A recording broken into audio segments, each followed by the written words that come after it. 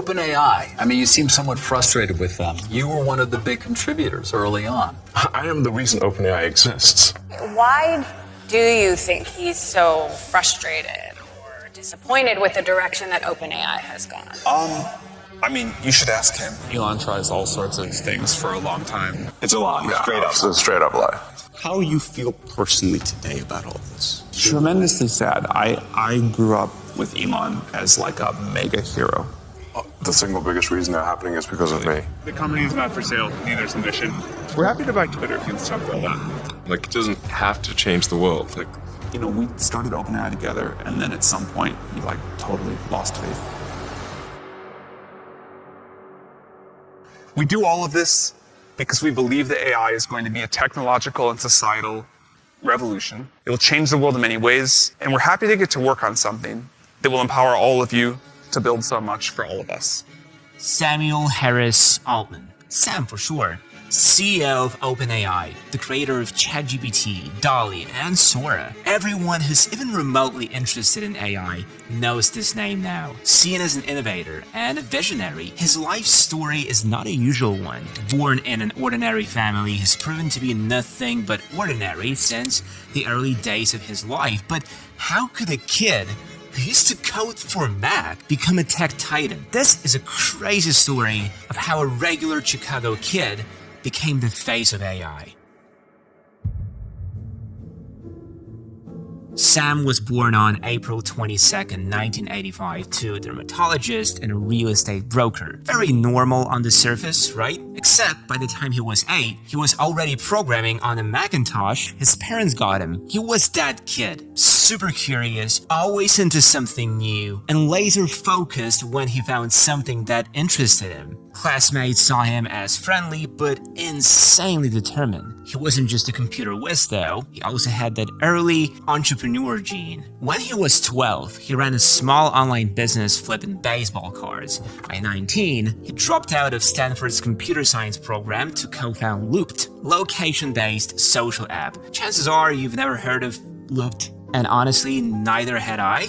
But back then, the idea of letting friends see where you were in real time felt pretty fresh. That helped Looped score his first big investments. Anyway, Looped didn't turn into a gigantic hit. It was eventually acquired in 2012, but that whole journey took Sam from being just another coder to a real entrepreneur. Plus, it put him on the map with Y Combinator, basically a big-name startup incubator that gave Looped some of its funding. Sam quickly became a star in that world, and well, the rest is history.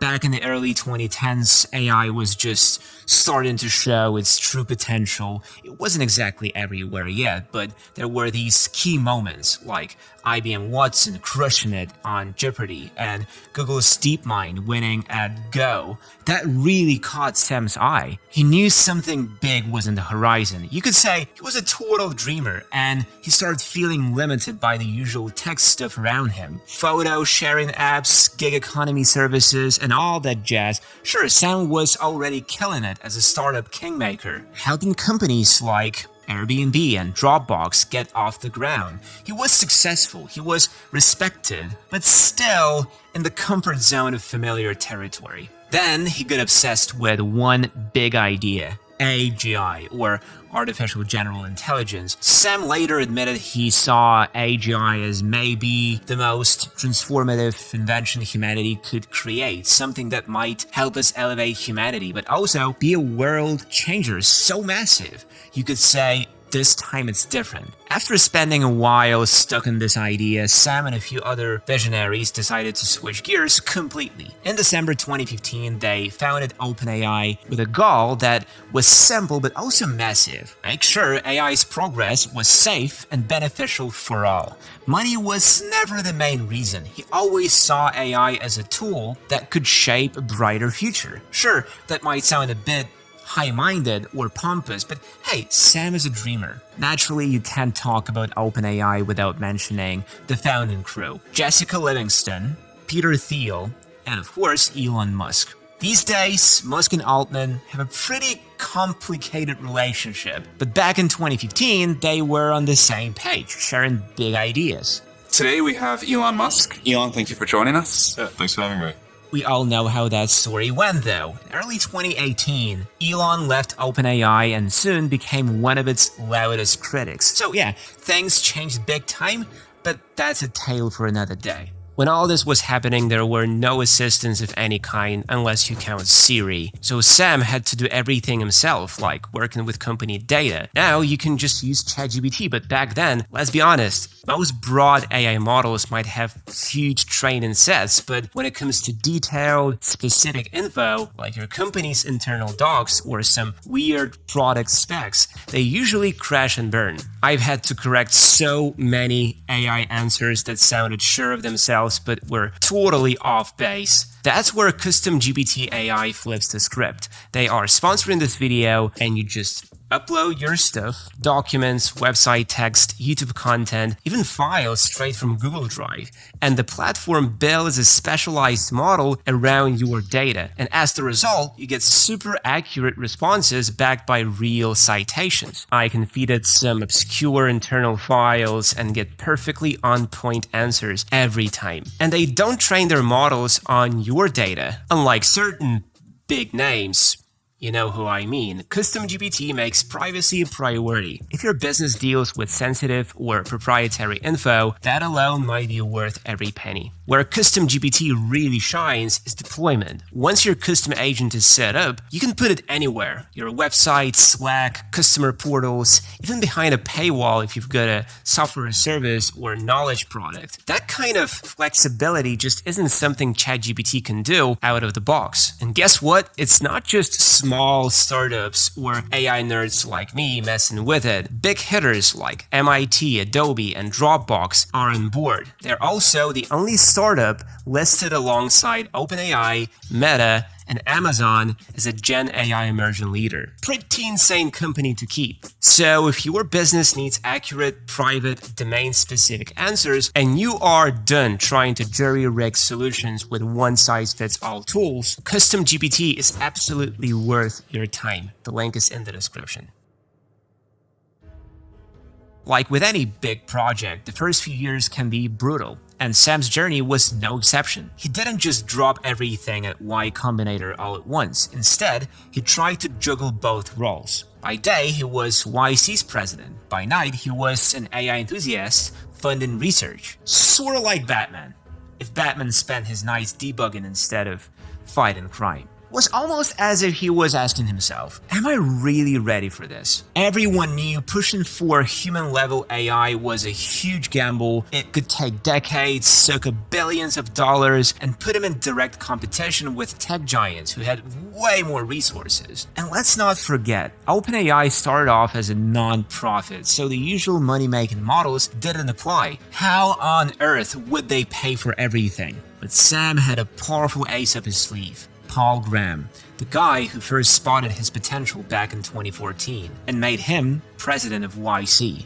Funny enough, Paul almost stopped OpenAI from happening, at least indirectly. He was originally not keen on funding Sam's first startup, Looped. He actually tried to brush Sam off by emailing that maybe the Stanford sophomore should apply next year.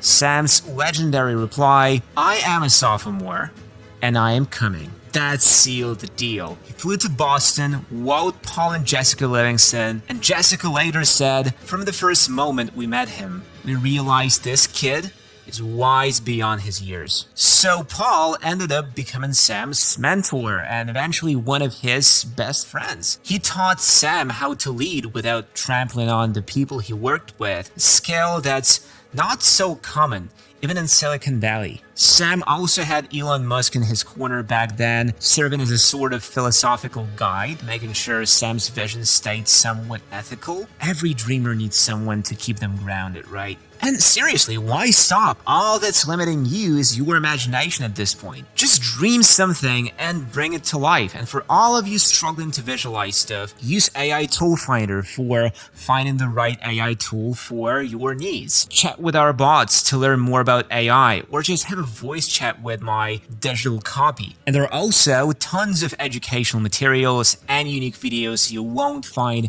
anywhere else. We want Geek Academy to become the biggest and most most useful hub for AI enthusiasts in the world. So click the link below to join and make this dream come true. Sam's big light bulb moment happened when he met Ilya Sutskever, who would later become OpenAI's chief scientist. The lessons Sam learned about neural networks from Ilya really solidified his ideas. Suddenly, OpenAI wasn't just a bunch of dreamers. It had money, clear vision, and a concrete plan backed by real tech expertise. At this point, you might think Sam was like Steve Jobs at Apple, big picture visionary who doesn't really get his hands dirty in tech. That couldn't be farther from the truth. Even years after OpenAI kicked off, Sam is still rolling up his sleeves and jumping into development. He's not just the face of the company, he's also part of the code and algorithms that drive it forward.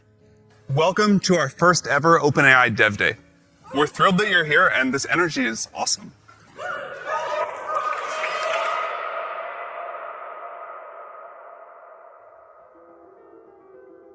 By 2019, Sam was at a serious crossroads. Keep riding the success wave at Y Combinator or jump headfirst into his passion project OpenAI. He chose the dream. Sam stepped down from running YC and shifted all his focus to OpenAI, taking on a new role as chairman, moving their headquarters to San Francisco and building a kind of all-star squad of developers, researchers, and engineers. The company grew at lightning speed, pulling in top talent from everywhere in preparation for a massive release. Around that time, they made a pretty bold move. They switched to a capped profit model so they could attract more funding. It was a tough call. Some worried they'd strayed from their original non-profit mission, and that's when Elon Musk famously lost his cool. But folks inside OpenAI still say nothing really changed in their core goals and plans. And hey, the new approach did pay off in a big way, because it opened the door for Microsoft to invest over $1 billion. Plus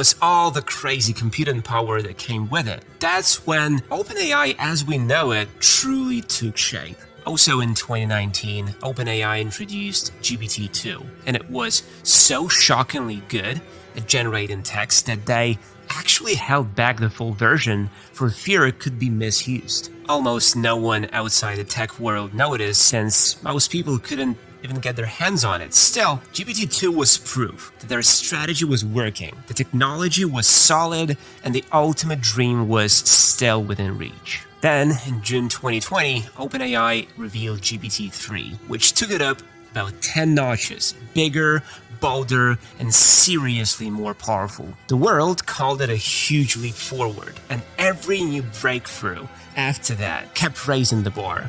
GPT-3 could churn out code, and then they unveiled DALL-E in 2021, which could whip up images out of thin air. With each release, Sam Altman and the team showed they weren't just pushing boundaries, they were shattering them. How do you use ChatGPT every day? I hope that a few years from now, when you ask that, I'll say I use it for most things that I do. Like every few months, I find new ways to use it. It's obviously still terribly integrated into most people's workflows, but that's just going to get better and better. Even with all these wins under their belt, OpenAI was still kind of flying under the radar. Sure, DALL-E was cool, but it didn't exactly break the internet, and the GPT models basically stayed locked up in testing zones, like a science experiment from the 1970s that worked in a controlled lab, but had never been truly unleashed. Sam decided it was time to take a big risk and let the technology loose on the world. What happened next was honestly like a nuclear explosion. When ChatGPT 3.5 dropped in 2022, it felt like everybody on the planet went wild. Geeks, office workers, teachers, you name it. Practically overnight, ChatGPT shot to the top, becoming the world's #1 AI. ChatGPT is technology accessible and free to anyone on the web that Definitely heard of it. ChatGPT has been hailed as a game with a changer. special focus on ChatGPT, the revolutionary new language model developed by OpenAI with the ability... 5 days after launch, they were already at 1 million users.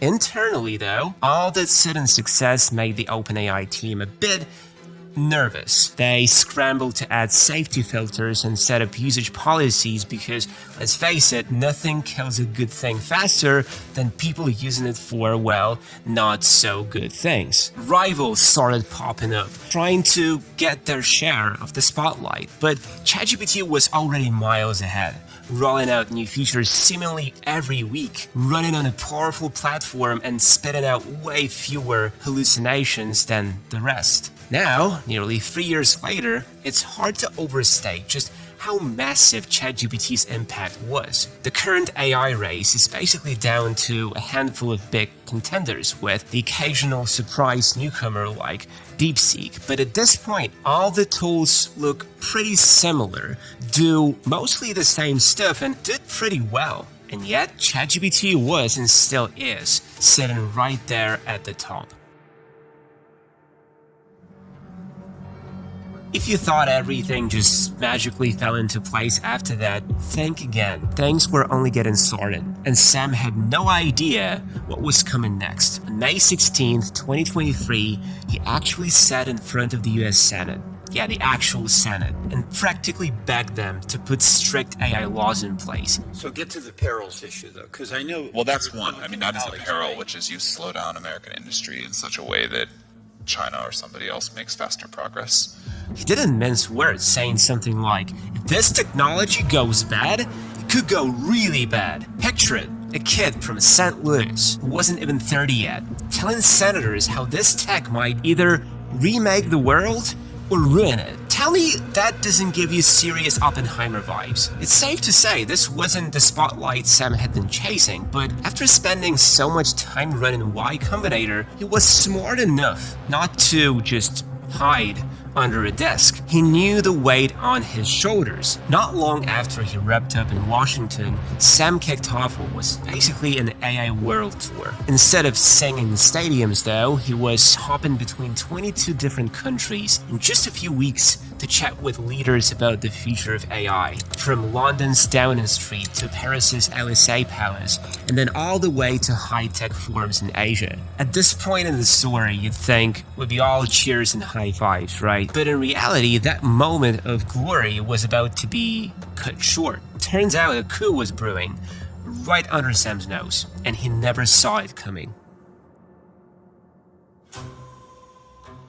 Almost like a scene straight out of 1985, when Steve Jobs got booted from Apple, Sam Altman found himself blindsided in November 2023. The OpenAI board of directors, including his buddy and chief scientist Elias Itzkeber, showed him the door with some vague statement about him not being consistently candid. Translation, they basically fired him from the company he built. There's a lesson here. It's this: never let your board haul too many cards over you. On top of that, this felt like a personal betrayal. The very people Sam had trusted lost faith in him. And for what? Talking too little while he was busy, advancing humanity, but the board forgot one huge factor. Their move would blow up in the media, and suddenly Sam was the hero, while the board looked like the villains. At least he wasn't totally alone. OpenAI president Greg Brockman resigned on the post to protest the decision and stand by Sam.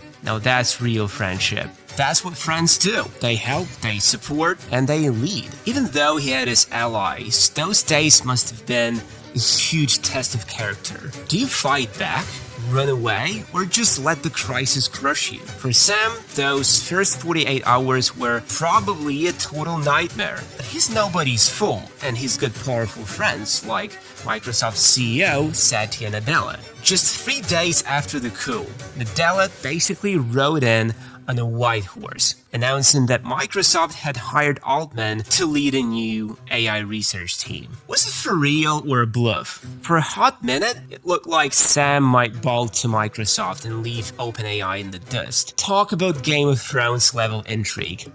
What the board didn't see coming was Sam's vision and how fiercely people believed in it. I'm not going full MLK on you here, but the whole OpenAI staff basically launched a rebellion. Of its 770 employees signed an open letter saying they'd quit and follow Sam to Microsoft if the board didn't bring him back. I can't recall a more dramatic show of loyalty ever. That's the power of a real vision, uniting people to work for something bigger than just personal gain. Sorry if I'm getting a bit emotional, but honestly, this story is so epic, it practically begs to be turned into a best-selling novel.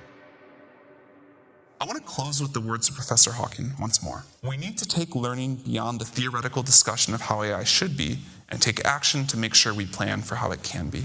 We stand on the threshold of a brave new world. It is an exciting yet precarious place to be, and you are the pioneers. I wish you well, and I wish you well too.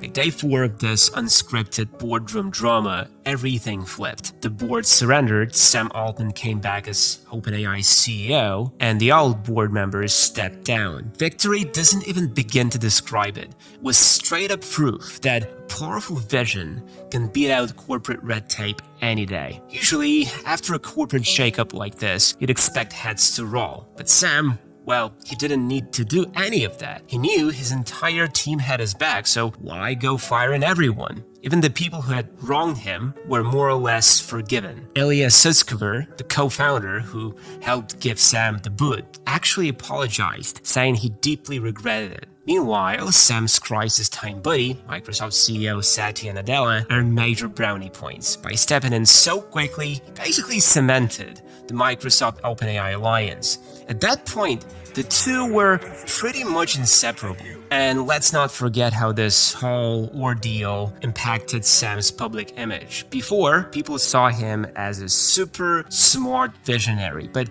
after getting kicked out and then invited back with open arms in a matter of days, Sam became the face of AI. Almost overnight, his reputation went from brilliant founder to living legend. In the weeks after he returned, Sam moved fast to patch things up. He put together a new board with folks who had practical minds and shared OpenAI's vision. Then, following a short review period, Sam found himself back on OpenAI's board of directors by March 2024. Of course, no one gets through a crisis like this without a few scars. Sam had to rebuild trust both inside and outside the company.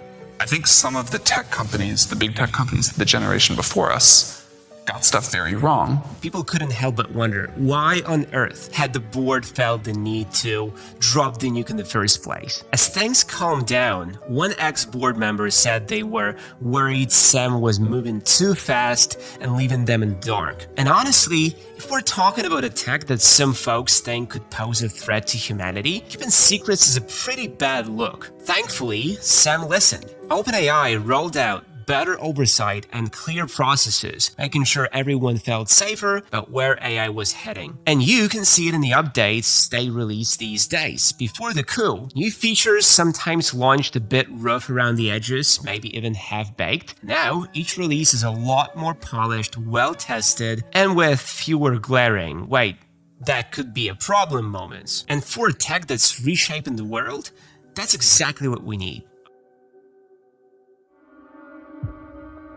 Okay, so let's circle back to Elon Musk for a moment. Remember when I mentioned how he left the company and then started publicly calling them out? Well, turns out he never really let go of the idea of getting even with Sam Altman. Well, wait a second. That's the exact opposite of what I gave the money for. Yeah. Is that legal? That doesn't seem legal. Here's the quick backstory on why Elon's so ticked off. OpenAI was originally set up as a non-profit, and for a while, it actually ran that way. But when Elon couldn't get the majority equity he wanted, basically complete control over the company's future, he stepped down, convinced it was doomed without him. But over time, Elon got louder and louder about how OpenAI was abandoning its humanitarian mission in favor of, well, profits. In February 2023, he even tweeted that OpenAI was created as an open source, non-profit organization to counter Google, but now it's become this closed-source, maximum profit machine effectively controlled by Microsoft. Not what I had in mind at all. By early 2023, Elon's frustration was really obvious. ChatGPT took off like wildfire, Microsoft's investment in OpenAI kept growing, and Elon started freaking out that OpenAI was now controlled by Microsoft. He even blocked OpenAI from using Twitter data to train its AI, saying it was only fair. Yeah, sure, but all this drama barely made Sam Altman blink. He still had his morning coffee without a care in the world. And then, boom. Elon sued Altman and OpenAI in California, claiming they totally ditched the original mission. The lawsuit said that teaming up with Microsoft and launching GPT-4 for big bucks basically torched OpenAI's philanthropic promise. Honestly, I didn't see much of a case there, but it still rocked Sam and his team for a bit. Altman's crew fought back, saying Elon's accusations were empty and fueled by jealousy. Bunch of internal memos and emails leaked out in the process, painting Elon in a not-so-great light. But what really stood out was Sam's calm under pressure. In one memo to his team, he wrote, "It was never going to be a cakewalk. The attacks will keep coming."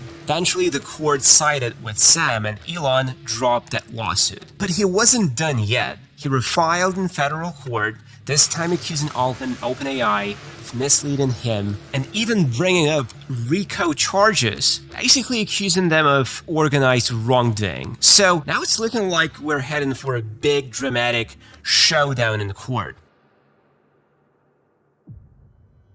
Sam Altman's story is still very much unfolding. Every challenge he faces seems to push him further along this epic path of transformation, whether he is dodging Musk's legal haymakers, convincing regulators that AI can be used responsibly, or trying to stay a few steps ahead of some very tough competition. Sam keeps moving forward, trial after trial, setback after setback, victory after victory. And let's be real, he's got plenty more battles ahead. But if his life story so far proves anything, it's that a strong dream can overcome just about any obstacle. So never stop dreaming, my friends. Dream big, and sooner or later, you will make it happen. And of course, keep growing, keep learning, and keep watching our videos. Make sure to join the Academy by clicking the link in the description. Thanks for tuning in. Peace out. Compression is like the secret to intelligence. I had to meditate on that for a long time. I'm sure I still don't fully understand it, but there's something deep there.